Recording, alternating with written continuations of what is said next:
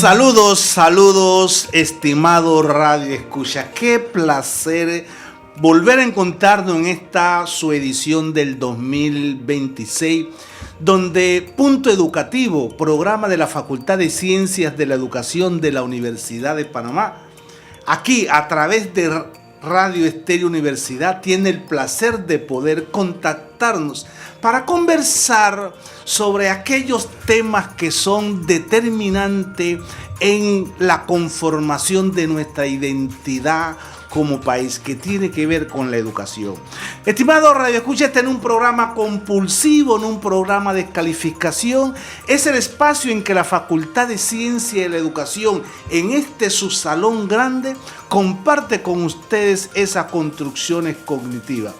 Para eso nos encontramos con un colaborador, amigo, colega, bocatoreño, negro, igual que yo, que tiene una trascendencia extraordinaria. Hacemos alusión al profesor Ricardo Vaz. Profe, bienvenido al programa Punto Educativo, este espacio de la Facultad de Ciencias de la Educación. Buen día y gracias por esa presentación. Estoy muy emocionado, muy contento de estar con usted, a sabiendas de qué ha hecho usted por la educación. Me llena de emoción, profe, participar en este evento. Toda vez que lo que usted siente por la educación, también lo siento yo. Hemos conversado previamente y creo que esta sala es la oportunidad para aportar en la dirección que usted va.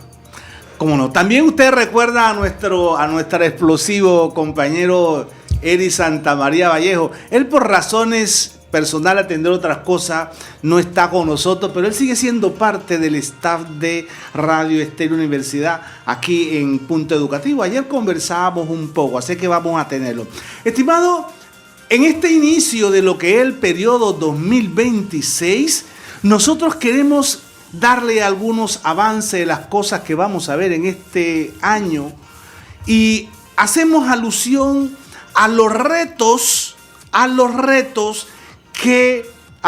educativos a los cuales se enfrenta la educación panameña en este año 2026 y algunos de ellos que trascienden al 2027. Y no hablamos de la cotidianidad, del ir a la escuela, al impartir las clases, que los muchachos aprendan, toda una serie de actividades. No, hay retos fundamentales, eventos fundamentales. Por ejemplo, la ley. Hay voces ya oficiales a través del Ministerio de Educación y en más del presidente de la República de lo que tiene que ver con los sectores beligerantes en la sociedad panameña, de la necesidad de revisar la ley 47 de 1946 orgánica de educación. Pero se parten de algunas premisas, profe, que son un poco temerarias. Decir que la ley 47 de 1946 tiene 80 años es una mala premisa, porque esa ley ha sufrido una serie de transformaciones, de actualizaciones. Por ejemplo, la más notable, la ley 34 de 1995, ¿verdad?, que la modificó, y hay otras leyes. Es como la Constitución. La Constitución se llama de Constitución Política de 1972, pero ha sufrido reformas constitucionales. Pero como no se ha derogado la Constitución del 72, como no se ha derogado la ley del 1946, la ley 47, sigue llamándose ley 47. ¿Sí? Pero dentro de ese marco, ¿por qué oponerse a la revisión? Claro, toda conducta humana, mi estimado profesor, requiere una revisión, porque la sociedad es evolutiva, porque los seres humanos somos evolutivos, porque el contexto cambia y en función de eso es importante darle una mirada a esta ley. ¿Usted qué le parece? Me parece interesante, doctor Góndola, porque cuando se hablan de cambio, y en este caso particularmente de una ley orgánica de educación que a todos pues, nos importa, si no hay claridad en lo que se quiere hacer, el término modificarlo sin explicar la razón fundamental va a generar, disculpe, va a generar inquietudes, ¿no?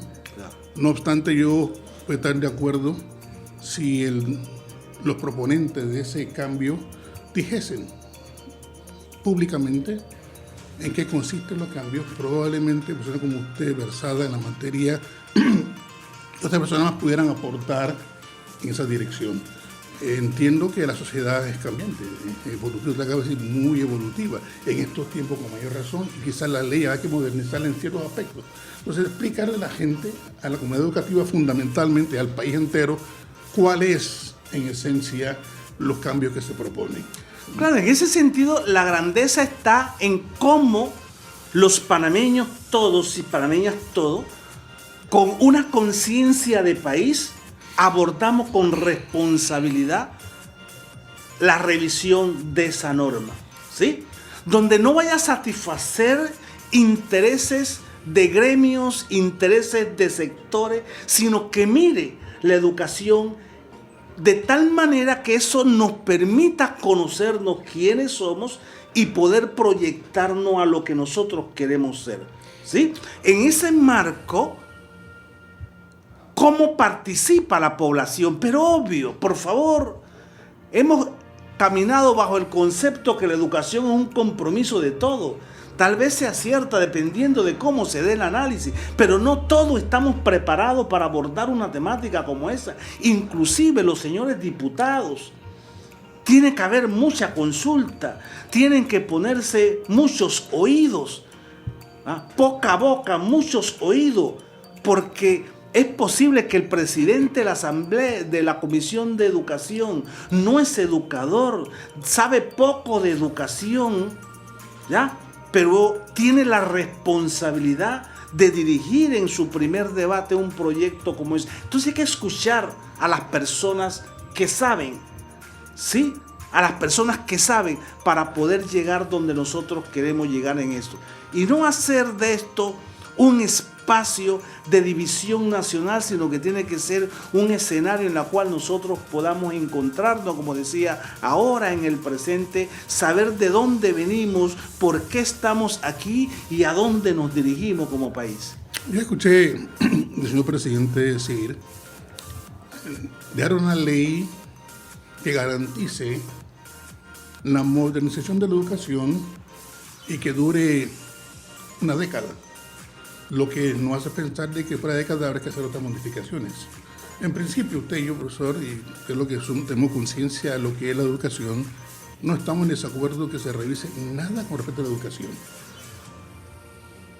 La clave de esto que usted la acaba de decir públicamente es que se convoque a la gente que tenga el docto conocimiento para usarlo como insumo para que esa ley obedezca a los principios generales de la educación y que no vaya a crear en el ambiente distorsión, disconformidad, que eche al tanto quizá la buena intención por no haber sido consultada esa ley con personas con los conocimientos que deben ser utilizados para garantizar algo que satisfaga y no distorsione la sociedad panameña, en este caso parte de la educación panameña, ¿no?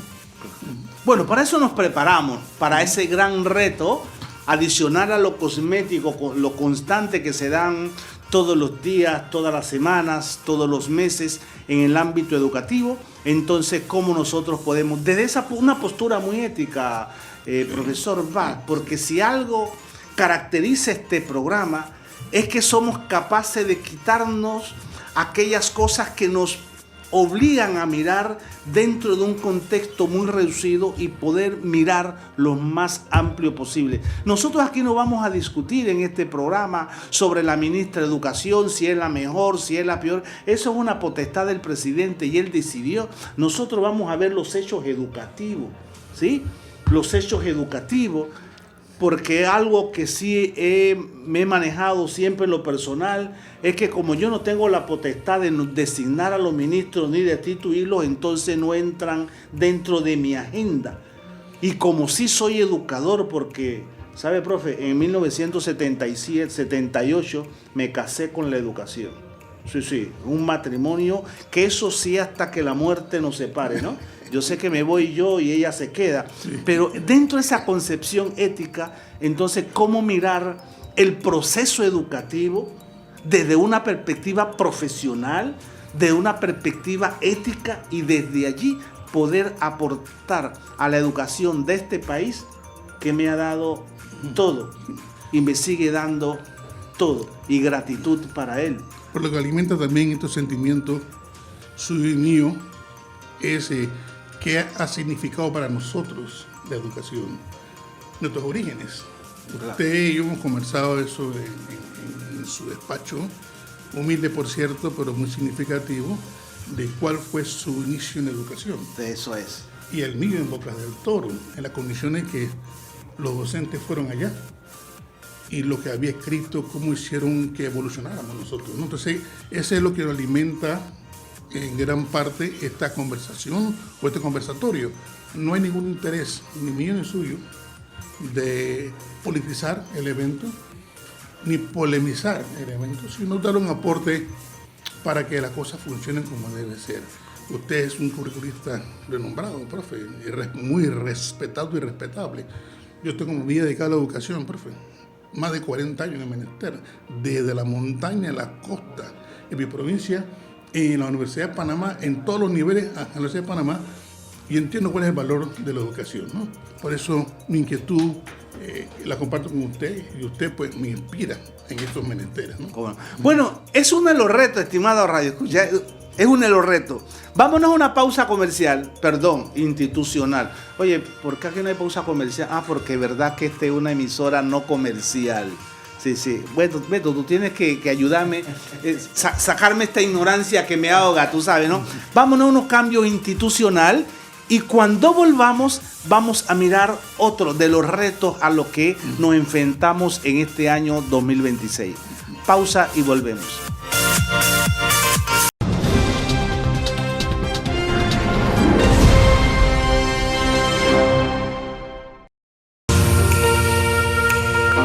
Estamos de vuelta aquí en su programa Punto Educativo, este programa de la Facultad de Ciencia y la Educación de la Universidad de Panamá, quien abraza una alta responsabilidad.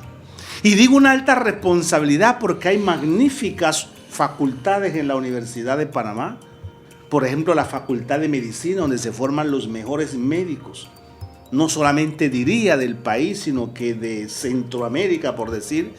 Y allí se forman los médicos para curar las enfermedades, ¿sí? Sin embargo, en la facultad mía de Ciencia y la Educación se enseñan a las personas a no enfermarse. Un ejemplo más, tenemos la Facultad de Derecho y Ciencias Políticas, donde surgen los juristas más renombrados de este país, de allí, de esa universidad, donde salen los jueces, fiscales, magistrados, que imparten justicia. Y este personal es para poder acusar o defender a las personas que supuestamente cometen delito. Sin embargo, en la Facultad de Ciencia y la Educación, nosotros formamos a las personas para no cometer delito. Por lo tanto, nosotros aspiramos a que no existan jueces, ni policías, ni fiscales, porque cuando los seres humanos vivamos en una época, en un mundo de paz, de justicia social, no hay que reprimir la conducta humana. Para lograr todas estas cosas, entonces, en ese segundo reto que quiero abordarle, es lo que el Ministerio de Educación ha denominado como la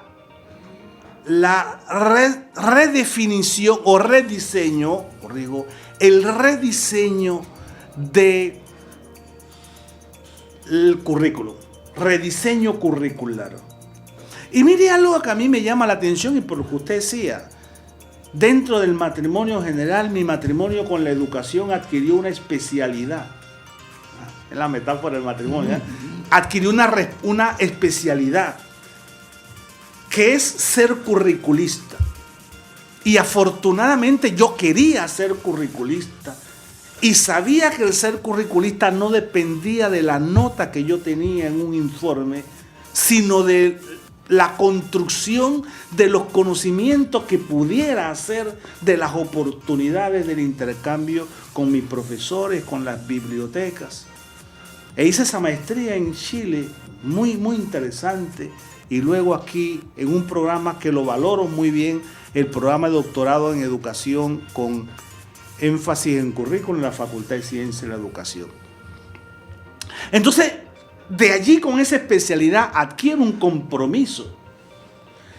Y cuando yo escuché sobre la transformación, el rediseño curricular, mi primera impresión, tal vez por la experiencia, fue decir: no, aquí no van a hacer ningún rediseño, ninguna transformación curricular. Aquí lo que van a aproximarse es hacia lo que denominamos la revisión de los planes y programas de estudio. Porque quiero contarle algo, mi profesor. En el año 2000, después de la reforma de la Ley 34 del 95, cuando se hicieron todos los programas de la educación básica general, esos programas se revisaron en el 2012, casualmente bajo la administración de la hoy ministra de Educación, la señora periodista Lucy Molinar. Y todos esos programas, desde el kinder preescolar hasta el 12º, yo fui invitado para dar mi opinión en cuanto a lo que tenía que ver con la cohesión horizontal y vertical que tenían los programas. A través de una consultoría con un equipo enorme de profesores, al final del proceso yo veía esos programas y daba una opinión que le servía al ministerio para hacer los ajustes que fueran necesarios. Más aún, el año 2024, la Organización Iberoamericana de Estado Iberoamericano desarrolló un proceso de revisión de los programas de educación básica general en las asignaturas de español, matemáticas, ciencias naturales, ciencias sociales, y en lo que fue el tramo de primaria. Yo revisé los programas. Yo le invito, busquen esos programas y ustedes van a encontrar en sus primeras páginas como orientador curricular al doctor Julio Bandera. Yo los conozco, pero se han hecho programas. Entonces, cuando hoy se plantea, o este año se planteaba, el rediseño curricular, yo digo, por la experiencia, lo que van a hacer es una revisión de planes y programas. Pero porque tengo la obligación profesional, moral y ética, profesor Vaz, me he metido a estudiar página a página el trabajo que está haciendo el Ministerio de Educación frente a ese proceso de rediseño curricular. Página a página, subrayando, como quien se prepara para un examen de tipo memorístico o de tipo analítico. ¿Y sabe lo que he encontrado, mi profe? Que sí hay aspectos importantes en ese planteamiento del CEGO. Sí entraron realmente a lo que puede llamarse, y digo bien llamado, un rediseño, no un diseño, rediseño curricular. Pienso que el equipo del Ministerio de Educación ha avanzado en algo interesante. Y sigo estudiándolo porque voy a estudiar todos los programas. Sí, tengo que hacerlo. Tal vez uno de los cursos más profundos que voy a hacer dentro de mi profesión. Así como estudié el planteamiento de la reforma educativa o digo de la transformación de la educación media, como la estudié en mi tesis doctoral, a esta voy a meterle porque me interesa hacer marcos comparativos. Porque por otra parte, mi profe, yo dicto ese curso en la universidad, la Facultad de Ciencias de la Educación, y necesito claridad, comprensión, y a eso nos abocamos. Le voy a contar algunos detalles, pero ¿qué le digo, mi profe? Sí hay aspectos interesantes que se han tocado Y ya después les voy a contar una experiencia.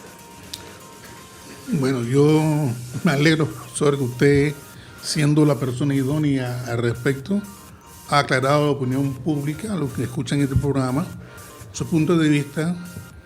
Y dicho eso, creo que se va por buen pie. Mi punto de vista, profesor, es ¿por qué razón se hace? Usted acaba de decir que han sufrido varias revisiones en diferentes épocas y del 12 para acá no es mucho tiempo. ¿Qué ha motivado eso, no? Yo pregunto porque de repente usted, que es el experto, tendrá que ver todo en general y cuál es el rol de los docentes frente a esa transformación. Se lo voy a contar aquí en este programa, en los próximos programas. Vamos a dedicarnos a eso, profe. Vamos a ir aspecto por aspecto. Y adicional, usted puede conectarse al canal Julio Góndola, al canal de YouTube, y allí le vamos a ir planteando cada uno de los detalles que constituyen este rediseño. Quédese con nosotros aquí en Radio Estéreo Universidad, Punto Educativo, y en el canal YouTube de Julio Góndola, y va a tener la información que usted necesita para poder entender este interesante y exuberante proceso de transformación curricular. Yo me voy a deleitar, espero que usted lo disfrute.